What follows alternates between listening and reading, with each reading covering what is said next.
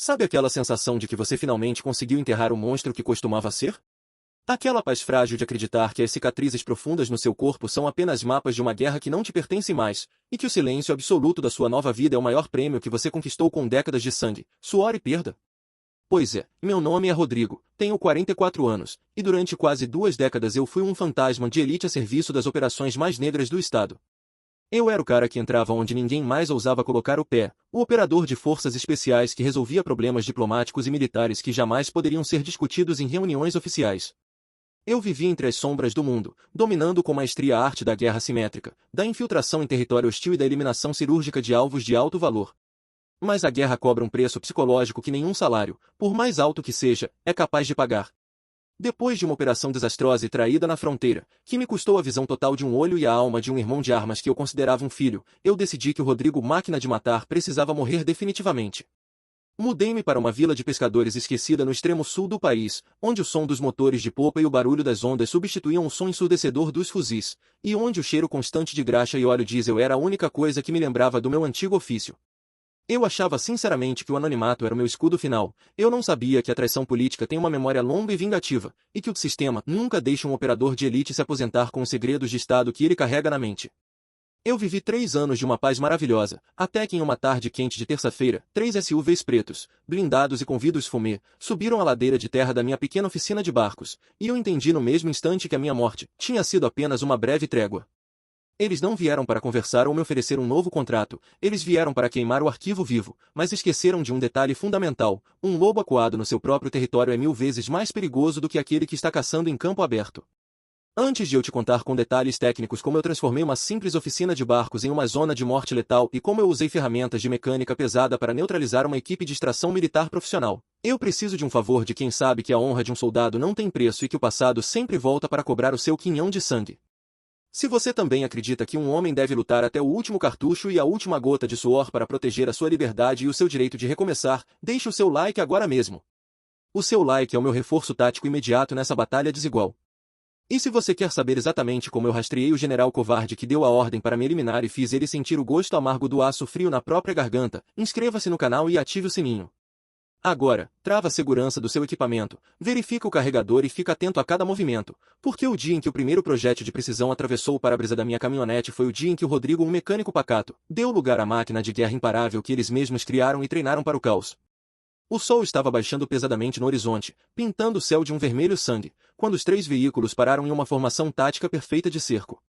Eu estava debaixo do motor de um Yamaha 200 HP, com as mãos mergulhadas em óleo negro e graxa, quando o brilho metálico do sol refletiu no vidro blindado do primeiro SUV.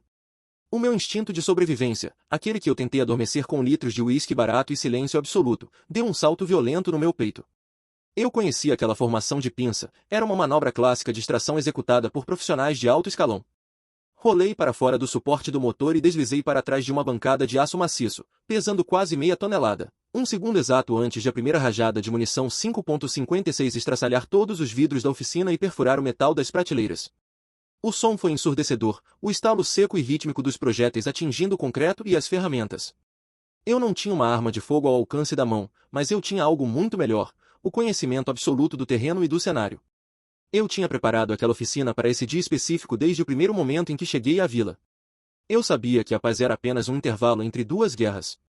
Corri agachado, sentindo os estilhaços de vidro cortarem minha pele, em direção aos fundos do galpão, onde um compressor de ar industrial estava roncando. Puxei uma alavanca oculta atrás de um quadro de chaves e uma nuvem espessa de fumaça química, misturada com óleo pulverizado sob alta pressão, inundou o galpão em questão de segundos. A visibilidade caiu para quase zero para quem estava de fora. Ouvi as portas dos SUVs abrindo em sincronia e o som metálico e pesado de botas táticas batendo no cascalho. Eram 6 operadores. Pelo jeito rítmico de se moverem e pela disciplina de ruído, eram mercenários de elite da Shadow Corp, ex-militares de forças especiais que venderam a alma por contratos privados lucrativos. Eles entraram no galpão usando óculos de visão térmica de última geração, mas eu já tinha uma surpresa preparada para o sensor de calor deles. Ativei remotamente as lâmpadas de infravermelho de alta potência que instalei estrategicamente no forro do teto. Para quem usa térmica, aquilo foi como olhar diretamente para o sol ao meio-dia. Ouvi os gritos abafados de dor e o som dos óculos sendo arrancados às pressas. Era a minha deixa de ouro. Galera, tenta sentir a adrenalina pura correndo nas veias. Você está tecnicamente desarmado, cercado por 6 caras com fuzis HK-416, miras holográficas e coletes nível 4, dentro de um galpão cheio de combustível inflamável e metal pesado. O que você faria numa situação desesperadora dessas? Tentava fugir desesperadamente pelos fundos ou usava cada ferramenta à mão para começar a caçar um por um nas sombras como um verdadeiro predador? Comenta aqui embaixo agora, porque eu quero saber quem aqui tem sangue frio de soldado de elite, fuga tática ou contra-ataque brutal. Quero ver a coragem e a estratégia de vocês nos comentários. E já deixa o seu like, porque o que eu fiz com uma chave de fenda pneumática modificada e um cabo de aço de reboque vai te mostrar que a criatividade sob pressão é a melhor arma de um operador de forças especiais. O primeiro mercenário entrou cautelosamente na nuvem de fumaça, tateando o ar com o cano do fuzil. Eu surgi das sombras como um pesadelo silencioso. Chutei com força a parte de trás do joelho dele, fazendo-o desmoronar, e com um movimento fluido e ensaiado 1000 vezes, usei o cabo de aço para laçar o pescoço dele e puxá-lo com força para cima de uma polia de guindaste de motor. O som seco das vértebras cervicais estalando foi abafado pelo ronco persistente do compressor. Peguei o fuzil HK-416 dele, chequei a câmara e peguei 2 carregadores extras do seu colete tático. Agora a luta finalmente estava equilibrada. Rolei por cima de uma pilha de pneus usados enquanto o segundo operador disparava rajadas curtas e frenéticas na minha direção. O rastilho brilhante das balas traçantes cortava o escuro da oficina, iluminando a fumaça de forma fantasmagórica. Eu não disparei de volta imediatamente para não revelar minha nova posição. Esperei pacientemente ele precisar fazer a troca tática do carregador. Aquele clique metálico característico do ferrolho aberto foi a música que eu precisava ouvir. Levantei-me rapidamente, alinhei o ponto vermelho da mira no centro da massa dele e disparei 2 tiros rápidos, tap-tap. O mercenário caiu para trás como um fardo, o sangue jorrando e manchando o chão coberto de graxa e serragem. Eu não fiquei ali para ser cercado pelos outros 4. Saí pelos fundos da oficina, circulando o galpão por fora para pegar os restantes pelo flanco. Eu conhecia cada trilha, cada árvore e cada pedra daquela encosta. Subi com agilidade em uma árvore frondosa e observei a formação tática deles lá embaixo. Eles estavam visivelmente nervosos. Tinham perdido 2 homens de elite em menos de 3 minutos para um suposto mecânico de vila. O líder deles, um cara com uma cicatriz feia no pescoço que eu reconheci imediatamente como sendo o Sargento Miller, um traidor da minha antiga unidade, começou a berrar ordens desesperadas pelo rádio. Ele é o fantasma. Esqueçam a captura, cerco total de aniquilação. Queimem o galpão agora. Eles lançaram 2 granadas incendiárias de fósforo branco. O fogo se espalhou com uma velocidade assustadora, alimentado pelos galões de querosene e solvente. A oficina que eu construí com tanto esforço e suor estava virando uma pira funerária gigante. Mas o fogo também criava sombras profundas e contrastes violentos, e naquelas sombras, eu era o rei absoluto. Pessoal, presta atenção no nível de intensidade dessa cena. Eu estava vendo meu único refúgio, o lugar que me deu uma segunda chance, queimar diante dos meus olhos, mas a raiva que eu sentia não era quente, era fria, gélida e calculada. Eu não ia apenas lutar para sobreviver, eu ia mandar uma mensagem definitiva e sangrenta para quem os enviou. Se você está curtindo esse combate tático de alto nível e quer saber como eu usei uma moto de trilha pesada para fazer um ataque relâmpago de flanco contra os SUVs blindados, já se inscreve no canal e ativa o sininho agora mesmo. O que eu fiz com o tanque de combustível reserva daquela moto vai explodir a sua cabeça de tanta audácia. Já deixe o seu like para mostrar que um soldado de elite nunca se aposenta de verdade, ele apenas muda de cenário. Eu montei na minha KTM 450 preparada que estava escondida em um abrigo camuflado na lateral do galpão. Liguei o motor com um chute e o ronco potente coou pela encosta como um grito de guerra ancestral. Saí da cobertura a toda velocidade, saltando por cima de uma cerca de madeira e caindo direto no flanco desprotegido dos mercenários. Eles não esperavam, de forma alguma, um contra-ataque motorizado no meio do incêndio. Passei pelo terceiro homem disparando o fuzil capturado com apenas uma das mãos, as balas de alta velocidade rasgando o colete tático e os pulmões dele. Ele caiu sem vida enquanto eu fazia uma curva fechada no cascalho, levantando uma cortina de poeira e fumaça. O Miller tentou desesperadamente me alinhar na mira, mas eu joguei a moto para o chão de propósito, usando-a como um escudo de aço, e disparei uma granada de 40 mm do lançador que tinha capturado do segundo corpo. A granada atingiu em cheio o tanque de combustível do SUV do meio, causando uma explosão secundária que jogou os outros 2 mercenários para longe como bonecos de pano. A fumaça negra da explosão dos veículos se misturou com o incêndio da oficina, criando um cenário de fim de mundo. Desci da moto, saquei a minha faca de combate de aço carbono com revestimento de teflon e caminhei calmamente em direção aos destroços fumegantes. 2 mercenários estavam atordoados e feridos no chão, tentando alcançar suas armas. Eu não dei a menor chance de redenção. Foi um trabalho rápido, silencioso e definitivo com a lâmina. Sobrou apenas o Miller. Ele estava sangrando abundantemente pela testa, o fuzil dele tinha travado com o impacto da explosão e o calor. Ele sacou uma pistola Glock 17 reserva e começou a disparar freneticamente na minha direção, o pânico evidente em seus olhos. Eu me movi em zigue-zague tático, usando as carcaças de metal dos barcos como cobertura móvel. Quando ele ficou sem munição no primeiro carregador e tentou recarregar com as mãos trêmulas, eu já estava em cima dele como um espectro. Desarmar um homem naquele estado de choque era como tirar um brinquedo de uma criança. Joguei ele com força contra o capô fumegante e fervente do SUV e encostei a ponta fria da faca na jugular dele. Quem deu a ordem final de execução, Miller? Eu sei muito bem que você não move um dedo da Shadow Corp sem uma assinatura e um código do alto comando, eu rosnei, minha voz soando rouca e metálica por causa da fumaça inalada. Ele cuspiu uma mistura de saliva e sangue e deu uma risada desesperada. Você já está morto, Rodrigo. Você é apenas um morto que ainda caminha. O general não vai parar enquanto você respirar. Você tem os códigos da Operação Sentinela gravados na memória e ele quer eles de volta para apagar os rastros.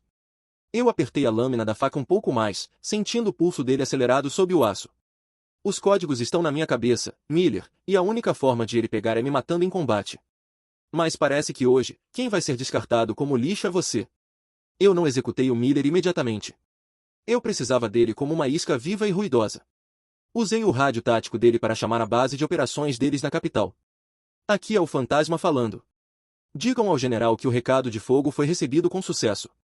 Eu estou indo buscar a minha aposentadoria definitiva agora, e vou cobrar cada centavo com juros de sangue. Galera, que lavagem de alma absoluta! Você acha que o Rodrigo deveria ter terminado o serviço com o Miller ali mesmo no pátio ou o plano audacioso de usá-lo para chegar ao coração do general foi a jogada estratégica mais inteligente de todas? Comenta aqui embaixo agora, porque eu quero ver a análise tática de vocês, execução no pátio ou caça ao general. Eu quero saber o que vocês fariam nessa situação extrema de vida ou morte. E se você vibrou com a derrota humilhante dessa equipe de mercenários arrogantes, esmaga com força o botão do like e se inscreve no canal se você ainda não for um dos nossos operadores. Ativa o sininho para não perder os próximos capítulos dessa caçada humana sem precedentes. Valeu por ficar comigo até o final e lembre-se sempre da lição, nunca, em hipótese alguma, confunda o silêncio e a paciência de um veterano com fraqueza, é apenas o barulho abafado da contagem regressiva para o seu fim. Nas horas seguintes, sob a luz das estrelas e o calor do que sobrou da minha vida, eu tratei meus ferimentos superficiais com o kit de trauma avançado que guardava no fundo falso da caminhonete. Peguei o SUV blindado que ainda tinha condições de rodagem, carreguei com todo o armamento pesado e munição dos mercenários abatidos e comecei a dirigir em alta velocidade em direção à capital. Eu não era mais um fugitivo tentando se esconder, eu era um caçador de elite em rota de interceptação. Passei por 3 postos de controle da polícia rodoviária usando as credenciais militares de alto nível que peguei do corpo do Miller e cheguei ao complexo residencial fortificado do general exatamente às 3 da manhã. O lugar era uma verdadeira fortaleza moderna, cercado por sensores infravermelhos, câmeras térmicas e uma guarda de honra da elite do exército. Mas eu fui o homem que treinou a maioria daqueles caras. Eu conhecia cada brecha no protocolo de segurança, cada ponto cego nas rondas e cada falha no sistema de monitoramento eletrônico deles. Entrei silenciosamente pelo sistema de ventilação do setor de serviço, movendo-me como uma sombra entre as engrenagens e dutos da mansão luxuosa. Quando finalmente cheguei ao escritório privado do general, ele estava sentado de costas, diante de um monitor gigante de alta definição, provavelmente monitorando o relatório do meu suposto fracasso no sul. Eu surgi do nada atrás dele, a ponta fria do cano do fuzil HK encostada firmemente na nuca dele, exatamente onde o crânio encontra a coluna. O seu monitoramento em tempo real está com um atraso fatal, general. O Miller mandou lembranças do inferno. Ele congelou instantaneamente, o medo transformando sua postura arrogante em rigidez. Rodrigo, podemos sentar e negociar como homens de Estado. Eu te dou o que você quiser para esquecermos isso. Dinheiro em contas numeradas, uma nova identidade perfeita em qualquer país do mundo, proteção diplomática vitalícia. Eu sorri na escuridão, mas foi um sorriso amargo, sem uma gota de alegria ou misericórdia. Eu já tive tudo isso um dia, general, e você tentou me tirar com fogo. Eu não quero mais o seu dinheiro sujo. Eu quero que você sente agora e assine a confissão completa de todos os crimes de guerra e corrupção da Operação Sentinela e envie agora mesmo para os 10 maiores jornais do mundo através deste canal criptografado. Ele hesitou por um breve segundo, tentando encontrar uma saída lógica, mas quando eu disparei um tiro de raspão que arrancou parte do lóbulo da orelha direita dele, a caneta começou a correr pelo papel timbrado mais rápido que um raio. Com a confissão detalhada assinada e enviada por um canal impossível de ser rastreado ou apagado, o destino dele estava selado perante o mundo. Eu não precisava puxar o gatilho final e sujar as minhas mãos novamente com o sangue de um covarde fardado. A justiça internacional e os seus próprios inimigos políticos cuidariam para que ele nunca mais visse a luz do sol. Saí da mansão fortificada antes que os alarmes de intrusão soassem, desaparecendo na escuridão da noite urbana como se eu nunca tivesse passado de um fantasma ou de um erro no sistema. Chegamos ao fim dessa missão de altíssima voltagem, combate tático e redenção sangrenta. Se você chegou até aqui sem respirar, você é um verdadeiro operador de elite e merece o meu respeito. Deixe o seu comentário agora mesmo com a palavra fantasma para eu saber que você acompanhou cada disparo, cada explosão e cada manobra dessa história. Não esquece de deixar o seu like para fortalecer o nosso canal de histórias reais e de compartilhar esse vídeo com aquele seu amigo que acha que filmes de ação são puro exagero. Se inscreva no canal e ative o sininho para as próximas histórias de guerra, estratégia e sobrevivência urbana.